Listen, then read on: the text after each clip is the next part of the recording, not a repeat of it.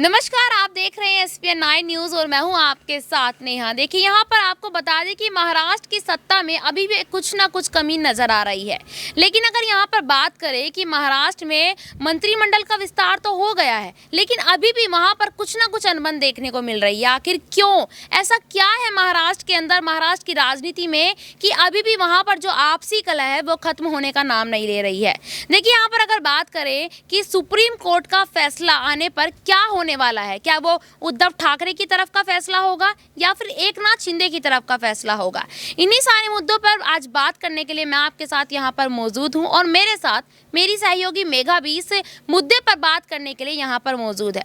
मेघा से सबसे पहला सवाल हम लेते हैं कि आखिरकार मेघा का महाराष्ट्र की राजनीति को लेकर क्या कहना है, क्योंकि यहाँ पर आपको बता दें कि कपिल सिब्बल जो कि एक वरिष्ठ वकील भी हैं और उद्धव ठाकरे की तरफ से वो वकालत यहाँ पर उनकी सुनवाई कर रहे हैं। तो उनका कहना था कि जो एकनाथ शिंदे हैं उनको कभी भी शिवसेना नहीं मिलने वाली, जो वो इस हद पर हट कर बैठे हैं कि उनको शिवसेना मिल जाएगी आने वाले समय में, लेकिन ऐसा पॉसिबल नहीं है। आखिर क्यों, वो भी हम आपको बता दें, क्योंकि उनका कहना है कि शिवसेना का जो जन्म है वो बाला साहेब ठाकरे से हुआ था, यानी कि ठाकरे परिवार से शिवसेना का जन्म हुआ था। तो इसलिए उनका कहना है कि कभी भी शिवसेना एकनाथ शिंदे को नहीं मिलने वाली। एकनाथ शिंदे को या तो किसी पार्टी के साथ विलय करना होगा या फिर अपनी कोई नई पार्टी बनानी होगी। मेघा, आपका क्या कहना है कि आने वाले समय में अगर सुप्रीम कोर्ट ऐसा फैसला लेती है कि यहाँ पर उद्धव ठाकरे के हित में शिवसेना की कमान संभालती है, तो एकनाथ शिंदे क्या फैसला लेंगे?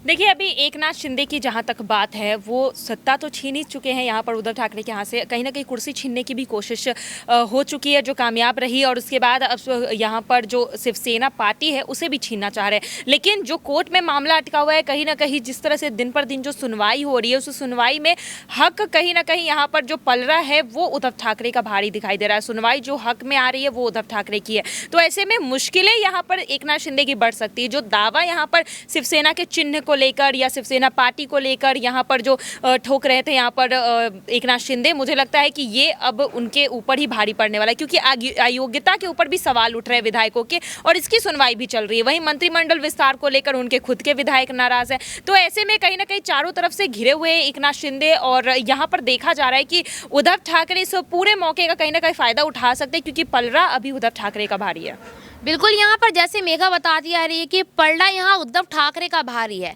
लेकिन मेघा जैसे आप कह रही हैं कि पलड़ा यहाँ उद्धव ठाकरे का भारी है, लेकिन आप ये भी तो देखिए ना, एकनाथ शिंदे की तरफ विधायकों का पलड़ा भारी है, सांसदों का पलड़ा भारी है। तो इसका मतलब अगर यहाँ पर जो फैसला आता है वो उद्धव ठाकरे की तरफ आता है, मान लेते हैं, लेकिन विधायकों का और सांसदों का जो पूरा समर्थन है वो तो यहाँ एकनाथ शिंदे की तरफ है। तो फिर उस चीज़ में यहाँ सुप्रीम कोर्ट क्या करेगी? क्योंकि अगर देखा जाए तो यहाँ उद्धव ठाकरे के पास ना विधायक है ना यहाँ उनके पास सांसद है, तो फिर कैसा ये फैसला होगा कि जिसके पास विधायक है वहाँ कोई फैसला ना सुनाकर यहाँ उद्धव ठाकरे की तरफ फैसला लिया जाएगा? देखिए, ये पार्टी का फैसला है कि पार्टी किसके हक में जाएगा, और साफ तौर पर यहाँ पर कपिल सिब्बल ने भी ये बात कही थी कि आज जिसके पास ज्यादा संख्या बल है पार्टी उसके पास चली जाए, ये कोई रीजन नहीं है। पार्टी यहाँ पर पार्टी छोड़कर एकनाथ शिंदे और वो विधायक गए थे, यहाँ पर पार्टी कहीं छोड़कर या किसी को निकाला नहीं था पार्टी से उन्हें। तो यहाँ पर पार्टी किसी के हक में जो है वो नहीं जा सकती, जहाँ पर पार्टी है वहीं रहेगी, विधायक आ जा सकते हैं पार्टी से।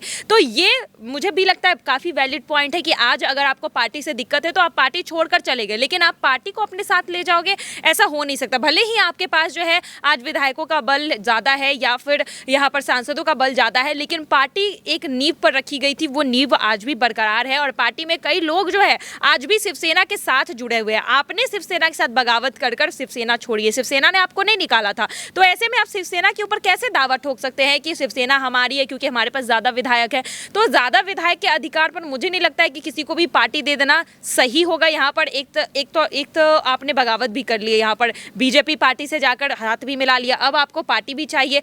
मुझे लगता है कि ये कहीं ना कहीं जो सुनवाई सुप्रीम कोर्ट में हो रही है, कहीं ना कहीं हक में अभी उद्धव ठाकरे की आ रही, क्योंकि सुप्रीम कोर्ट ने भी चुनाव आयोग तक को कह दिया कि अभी कोई भी फैसला ना ले। अभी जो चुनाव चिन्ह को लेकर एकनाथ शिंदे दावा कर रहे थे कि जो तीर कमान है शिवसेना का चुनाव चिन्ह वो उन्हें मिलना चाहिए, लेकिन इस पर भी सुप्रीम कोर्ट ने रोक लगा दी। तो कहीं ना कहीं अब संविधानों के तहत देखा जा रहा है, क्योंकि ऐसा करने वालों के लिए भी देखा जा रहा है कि संविधान में कई सारे रूल्स रेगुलेशन है, तो इसके हिसाब से भी सुनवाई चल रही है कि आखिर आज सही कौन है गलत कौन है। लेकिन मेरे हिसाब से जिसके पास पार्टी है, जहां पार्टी का अस्तित्व रखा गया था, नींव रखी गई थी, उसे आप नहीं हिला सकते। आपको पार्टी में रहना है, रहिए। आपके पार्टी को विचारधारा से आपकी दिक्कत है, आपको पार्टी की विचारधारा या उनके नेतृत्व से दिक्कत है, तो आप पार्टी छोड़कर चले जाइए, पार्टी कहीं नहीं जा सकती है। तो मुझे लगता है अभी पलड़ा सुप्रीम कोर्ट में हो, चुनाव आयोग में, कहीं ना कहीं उद्धव ठाकरे का भारी है, क्योंकि बगावत यहाँ पर शिंदे ने की थी, उद्धव ठाकरे ने नहीं। बिल्कुल, यहाँ पर मेघा का कहना है कि शिवसेना का जो असली हकदार है वो यहाँ पर बाला साहेब ठाकरे और उद्धव ठाकरे ही हैं, क्योंकि यहाँ पर शिवसेना का जो जन्म हुआ था वो ठाकरे परिवार से हुआ था। देखिए, थोड़ी बात कर लेते हैं हम एकनाथ शिंदे के विधायकों के बारे में, क्योंकि 2 या 3 दिन से इस बात की चर्चा हो रही है कि जो एकनाथ शिंदे के विधायक हैं, जो 40 विधायक उनके पास है, जो उद्धव ठाकरे से यहाँ बागी होकर शिंदे के पास आए थे, अब कहीं ना कहीं ये अटकलें लगाई जा रही है कि वो बागी विधायक अब एकनाथ शिंदे से भी बगावत करने वाले हैं। तो मैं मेघा से यही इस बारे में सवाल पूछना चाहूंगी कि मेघा, आपको क्या लगता है कि जब एक तरफ से विधायक बागी हो गए, क्या आपको लगता है वो दूसरी तरफ से भी बगावत कर सकते हैं? क्योंकि यहाँ पर मंत्रिमंडल विस्तार होने के बाद उनको मंत्रिमंडल में कोई जगह नहीं दी गई है, जिसकी वजह से वो नाराजगी जताते नजर आ रहे हैं। तो क्या यहाँ पर देखा जाएगा आने वाले समय में कि ये जो सरकार है, जैसे कि एनसीपी प्रमुख शरद पवार ने और संजय राउत ने ये बात कही थी कि जो एकनाथ शिंदे की सरकार है वो 6 महीने से ज्यादा नहीं टिकने वाली है, क्या इनकी बात भविष्य में सच हो जाएगी, या फिर एकनाथ शिंदे की जो सरकार है वो लगातार 2.5 साल तक सत्ता में रहने वाली है? देखिए, अभी जिस तरह से बगावती सुर नजर आ रहे हैं एकनाथ शिंदे गुट में, कहीं ना कहीं दिक्कतें आने वाली है एकनाथ शिंदे को, ये उन्हें भी पता है, क्योंकि तुरंत ट्वीट डिलीट करवा दिया गया। तो यहाँ पर अगर एकनाथ शिंदे के विधायकों की बात की जाए, तो जो सत्ता की लालच देकर यहाँ पर शिंदे ने उन्हें अपने खेमे में किया था, आज वो लालच उनका पूरा नहीं हो पा रहा है। वो सत्ता की मलाई की लालच में आए थे और आज वो मलाई उन्हें मिल नहीं रही है, क्योंकि जिस तरह से बंटवारा हुआ है, यहाँ पर कैबिनेट विस्तार हुआ है, यहाँ पर दबदबा बीजेपी का रहा है, और होना भी चाहिए, क्योंकि उनके पास ज्यादा विधायकों का बल है, संख्या बल उनके पास ज्यादा है। लेकिन ऐसे में जो वादे यहाँ पर एकनाथ शिंदे ने किए थे वो कहीं ना कहीं झूठे साबित हुए।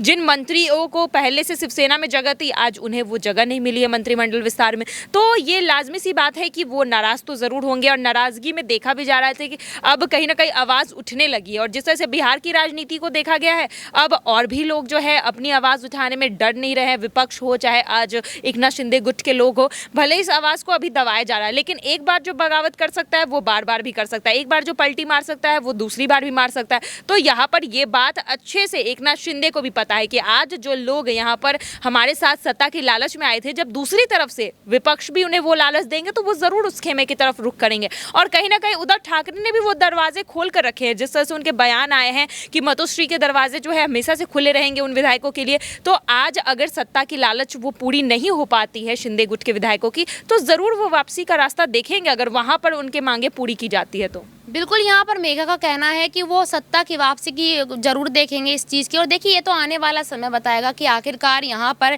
सुप्रीम कोर्ट जो फैसला लेती है वो शिंदे गुट की तरफ लेती है या फिर उद्धव ठाकरे गुट की तरफ लेती है। क्योंकि यहाँ पर अभी तक जिनसे भी बात की है, जैसे कि मेरी सहयोगी मेघा ने भी यही बताया कि जो शिवसेना के असली हकदार हैं वो उद्धव ठाकरे ही रहने वाले हैं। खैर, ये सुप्रीम कोर्ट का फैसला आने के बाद इस बारे में पता चलेगा। आज के लिए इतना ही, हम मिलेंगे आपसे अन्य टॉपिक को लेकर अगले प्रोग्राम के साथ। तब तक के लिए दीजिए इजाज़त। धन्यवाद।